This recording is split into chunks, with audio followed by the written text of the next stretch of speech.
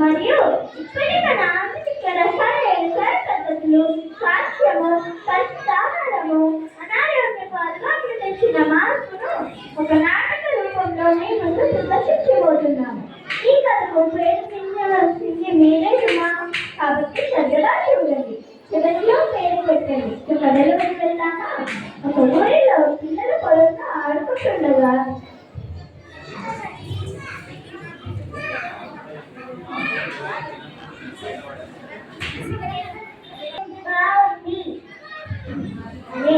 అవునురా, ఇది రాయనుకుంటా, కోడిగుడ్డు ఆకారము వలె ఉంది, దీంతో ఆడుకుంటాను. పిల్లలు ఆడుకుంటుండగా ఒక బాటసారి పిల్లల దగ్గర ఉన్న దాన్ని చూసి ఆశ్చర్యపడి పిల్లల చేతిలో కానా పెట్టి దాన్ని తీసుకున్నాడు. పిల్లలు నాకు ఇస్తారా? నేను ఒక అన్నా ఇస్తాను. సరే.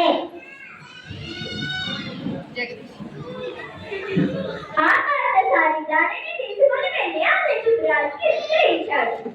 నమస్తే ప్రభు, నేను మీకు ఇది విక్రయించాలనుకుంటున్నాను. అపురూపమైన వస్తువులను చూసి రాజు ఆశ్చర్యపడి తన స్థానంలో ఉన్న పండితులను పిలిచి అదేంటో కనుక్కోమన్నాడు. వారంతా కూడా బద్దలు కొట్టుకొని ఆలోచించినా కూడా దాని గురించి తెలుసుకోలేకపోయారు.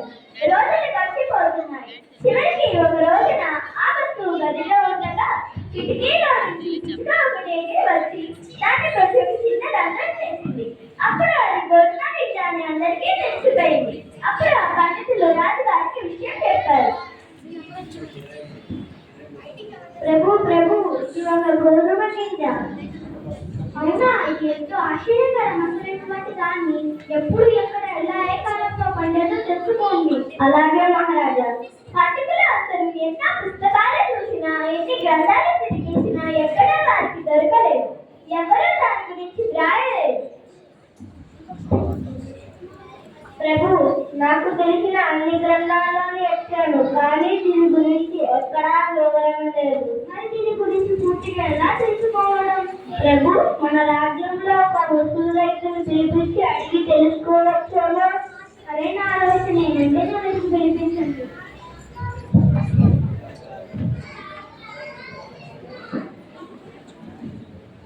అలాగే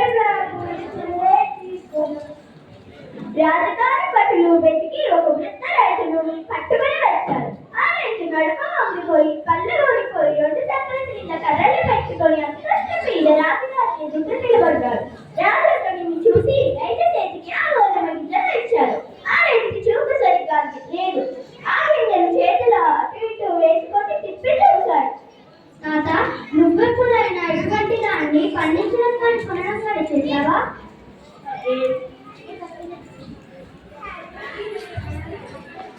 ఏమిటి? ఆ ముసలి వారికి బ్రహ్మ చెవులు కూడా రాజు చెప్పింది అసలు అతనికి వినిపించలేదు. చాలా సేపటి కథలు సంగతి తెలుసుకున్నాడు. కాగా, నువ్వెప్పుడైనా ఇటువంటి దాన్ని పండించడం కొనడం కానీ చేశావా? ప్రభు, నేను ఎప్పుడు ఇలాంటి దాన్ని చూడలేదు, కొనలేదు. నేను కూడా గోధుమ గింజ ఎప్పుడున్నటువంటివే వాడాను. అతన్ని తమరు పిలిపించి అడగండి.